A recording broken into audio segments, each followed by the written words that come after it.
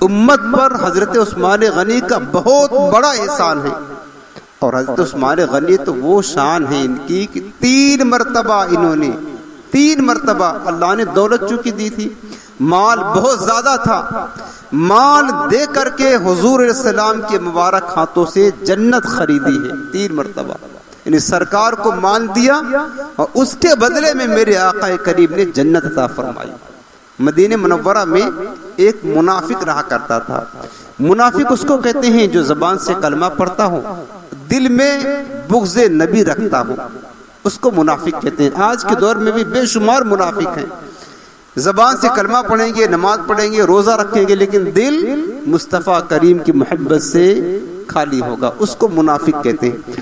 تو مدینہ منورہ میں ایک منافق رہا کرتا تھا. اسی کے پڑوس میں ایک انصاری صحابی کا گھر تھا.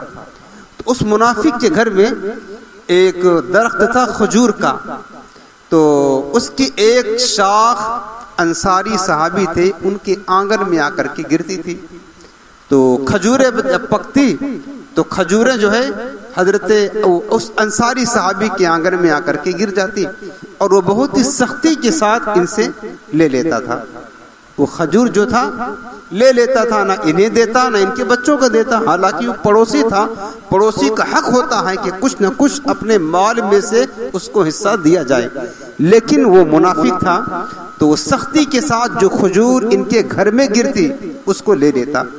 تو اس انصاری صحابی نے اس بات کا تذکرہ اللہ کے محبوب سے کیا کہ یا رسول اللہ، معاملہ ایسا ہے، وہ فلاں شخص جو میرے پڑوس میں رہتا ہے، اور وہ جب اس کے درخت سے کھجوریں گر کر میرے آنگن میں گر پڑتی ہیں تو وہ لے لیتا ہے.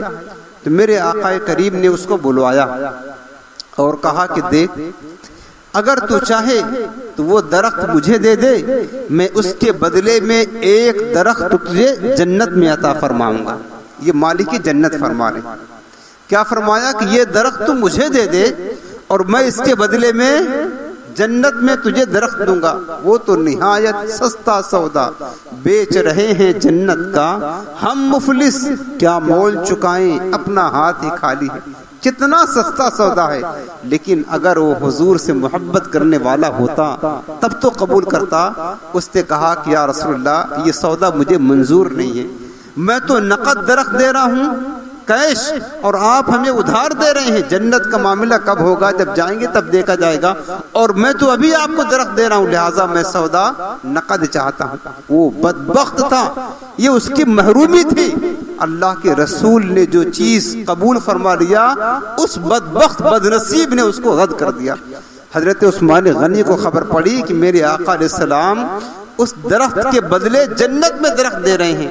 عثمان غنی آئے، کہا یا رسول اللہ، اگر میں اس درخت کو خرید کر آپ کے ہاتھ بیچ دوں تو کیا آپ مجھے اس درخت کے بدلے میں جنت میں درخت دیں گے؟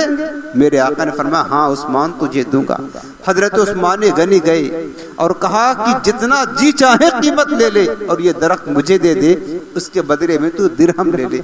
وہ تیار ہو گیا. پیسہ کا لالچی تھا، دنیا کا کتا تھا، حریص تھا دنیا کا، لے لیا.